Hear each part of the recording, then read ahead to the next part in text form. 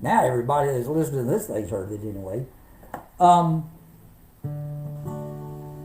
when Dwight Eisenhower imagined the interstate road system, he envisioned cement roads like the autobahns that Hitler wanted to build in Germany that went straight from point to point.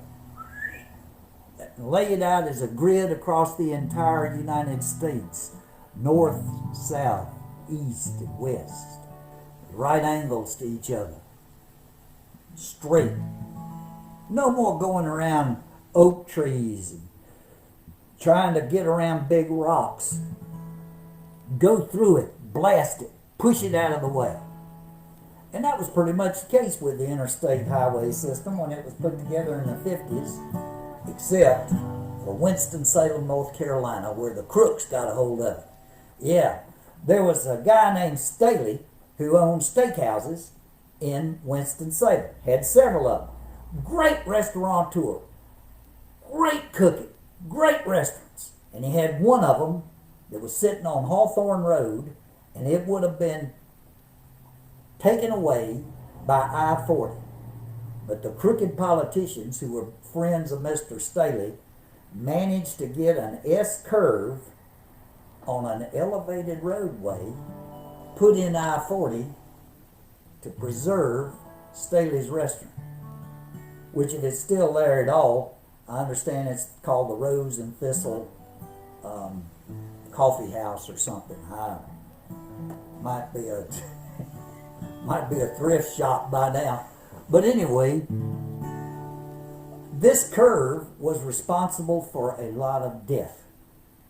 And what it was these tractor trailer trucks would be barreling along Interstate 40, and they would suddenly encounter an S-curve in the middle of the night especially.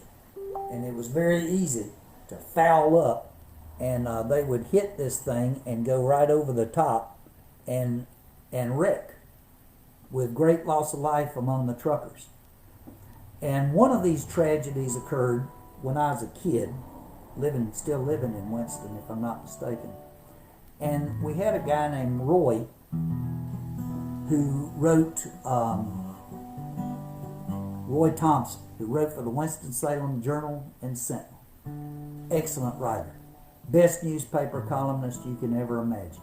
He was from the get-go an old-style newspaper man who really knew how to write. And he wrote a brilliant article about this particular wreck involving a tractor trailer.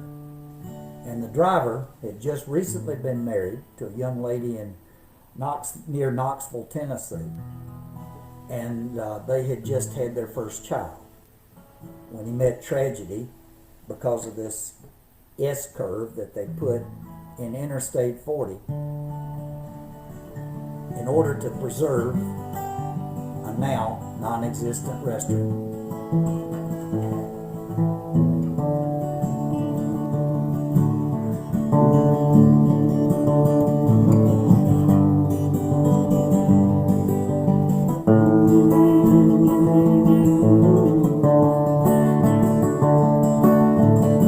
Turn around on the super sled we call 40, hauling lean out of Nashville, Tennessee, going down to High Point Town, 40,000 pounds on board, feeling alone, he's thinking about home and the life he left behind. Across the mountains, he was making good time.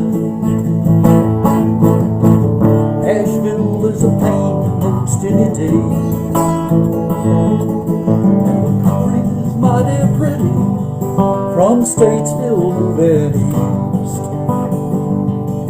But by then it was night, all they saw were the lights moving in the eastbound lane. There's a town they call Winston-Salem, North Carolina, the tobacco capital of the USA. Interstate 40 makes turn that before it moves along. And you'd better take care whenever you're there, moving in the eastbound lane. Some folks say you can't stop a big rig. Say the rumbling tons just keep a rumbling on through the night. When a big truck leaves the road and finds a concrete wall, then a good man died. The road turned white from pain in the eastbound lane. Somewhere flowers bloom in eastern Tennessee. A woman waits for a man who ain't coming home, and the tears have all been cried, and the paint's cleaned off the road. And the big trucks slow whenever they go past curves in the eastbound lane. Hammer down on the super slab they call 40, hauling paint out of Nashville, Tennessee. He gave his life that night to make one last deadline. He was feeling alone, thinking about home and the wife he left behind. Feeling alone, thinking about home and the wife he'd left behind.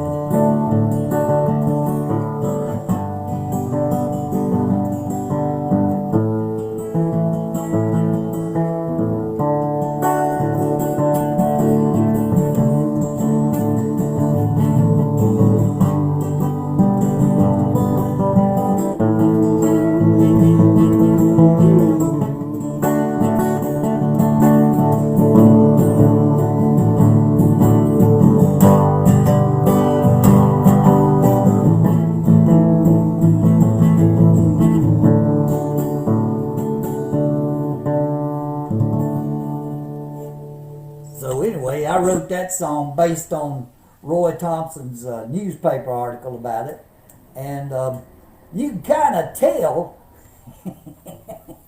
you can tell that I've actually driven tractor trailer trucks hauling cattle from Tennessee and Kentucky down into back to Winston-Salem, so I was very familiar with what an aggravation it was to try and go through Asheville, because in those days I-40 stopped. You had to go through business, whatever it was, going through, maybe it was 421, going through Asheville, which was just ridiculous. And Hickory was another one. Hickory, they had stoplights across I-40, so you'd be doing like, well, you're not supposed to be doing 70 miles an hour in a truck, but yeah, we'd be doing 70 miles an hour in a truck, and there'd be a bunch of stoplights, you know. So anyway, that's that's what we had. So yeah, I'm missing live music too. I really enjoy live music. Like I say, we all get vaccinated, we get this thing beat. I think we ought to set up a venue somewhere, kind of have a appreciation day, and do what we can.